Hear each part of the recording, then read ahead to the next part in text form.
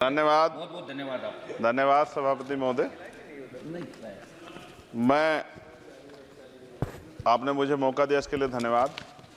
मैं अपने व्यक्तिगत जीवन में, मेरे आज भी याद है, मेरी माँ ने एक बार मुझसे कहा कि मेरे मामा बहुत गौरवशाली हैं कि उनकी बिटिया ने उनको प्लेन का सफ़र करा दिया।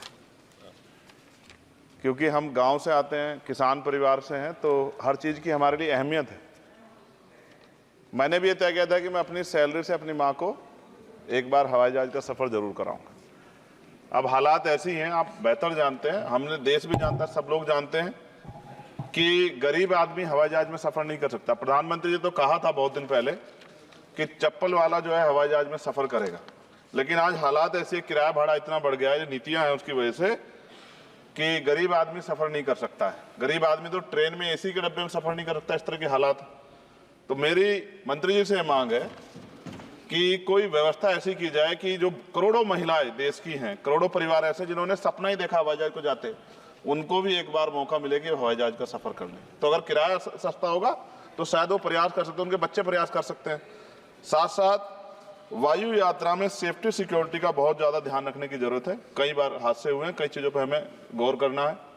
साथ साथ ज़्यादातर एयरपोर्ट जो है वो प्राइवेट हो गए, और प्राइवेट होने की वजह से कर्मचारियों का शोषण होता है।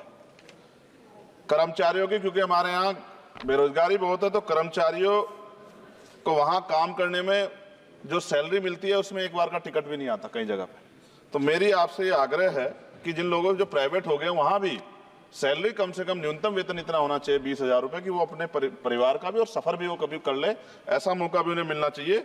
साथ साथ प्राइवेट होने की वजह से SC ST OBC के बच्चों को जो नौकरी मिल जाती थी वो भी जीरो होगी। तो मेरी आपसे आग्रह है कि अगर प्राइवेट भी हो गया तो उनसे भी कहा जाए कि कमजोर वर्गों के लोग बच्चों को मौका दिया जाए। साथ साथ नगीना में जहां जिन्होंने मुझे चुन के भेजा, मैं उनका धन्यवाद करता हूं, उस क्षेत्र का, वहां एयरपोर्ट नहीं, और लंबे समय से उनकी मांग, वहां पायलट ट्रेनिंग स्कूल भी नहीं है, एरोस्टेस ट्रेनिंग स्कूल भी वहां खोलना चाहिए, क्योंकि ग्रामीण क्षेत्रों की प्रतिभाओं को नकारना नहीं चाहिए। साथ साथ मेरा जिला जो है सहारनपुर, वहां एयरपोर्ट पुराना है, वो डिफेंस का है, सरसावा में, लेकिन वहां से पैसेंजर जो है यात्रा के लिए कोई सुविधा नहीं। और साथ साथ एक जगह है छुटमलपुर, क्रांतिकारी जगह है, जहां हम पैदा हुए, क्रांतिकारी जगह है ही वो सर। तो वहां पे भी हवाई पट्टी की जो है स्थापना जो है सरकार को करानी चाहिए। हमारे लोगों को, छुटमलपुर के लोगों को बहुत अच्छा लगे और फायदा भी होगा, बहुत सारा जो है आसान हो जाएगा जनता के लिए।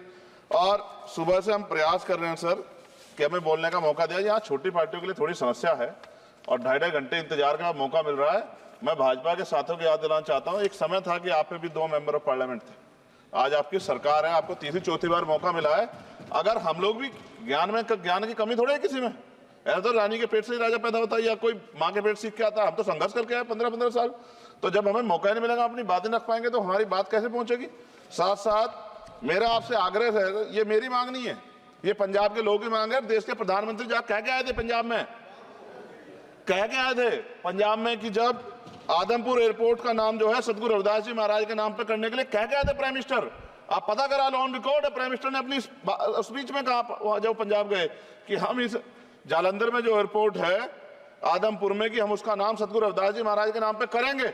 लेकिन सर दावे और वादे हैं, कब तक ये खोखले वादे होते रहेंगे। देश के प्रधानमंत्री की बात का कोई सम्मान होना चाहिए।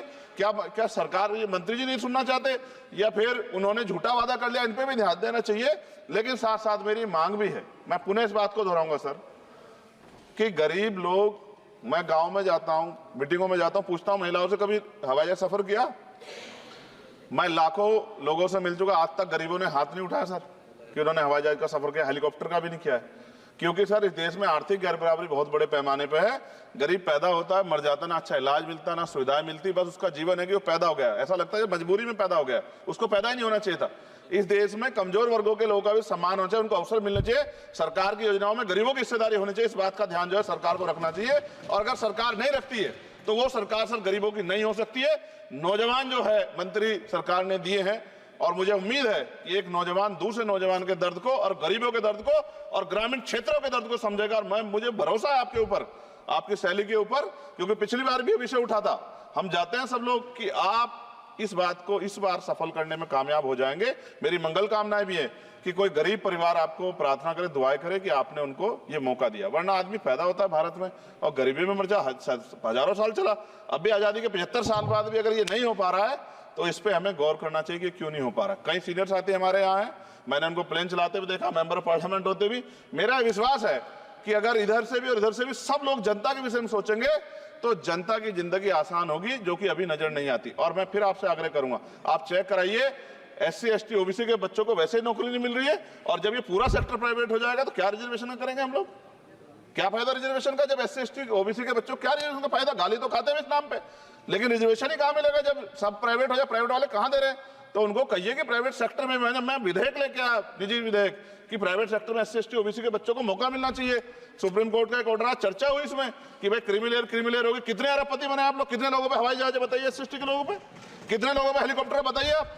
कुछ नहीं है आपके पास आंकड़े। सब लोग मिलकर गरीबों को चलना चाहते हैं, ये गलत है सर। मैं आपका धन्यवाद करूंगा पुणे सर, और क्योंकि हम ही कोरम पूरा करते हैं सर, देख लीजिए आप, हम ही बैठे कोरम पूरा करते हैं। हमें विश्वास है अपने देश की पार्लियामेंट पे कि आज नहीं तो कल इस पार्लियामेंट से गरीबों के लिए कानून बनेंगे और गरीबों के लिए पॉलिसियां बनेंगी और गरीबों को भी सम्मान का जीवन मिलेगा, ऐसा हमें विश्वास है। मैं आपका धन्यवाद करता हूं और मुझे उम्मीद है नौजवान हमारे मंत्री से कि वो गरीबों की बात को सुनेंगे और हम लोगों की पीड़ा को समझेंगे और हमारे क्षेत्रों में काम कराने का आऊंगा। धन्यवाद।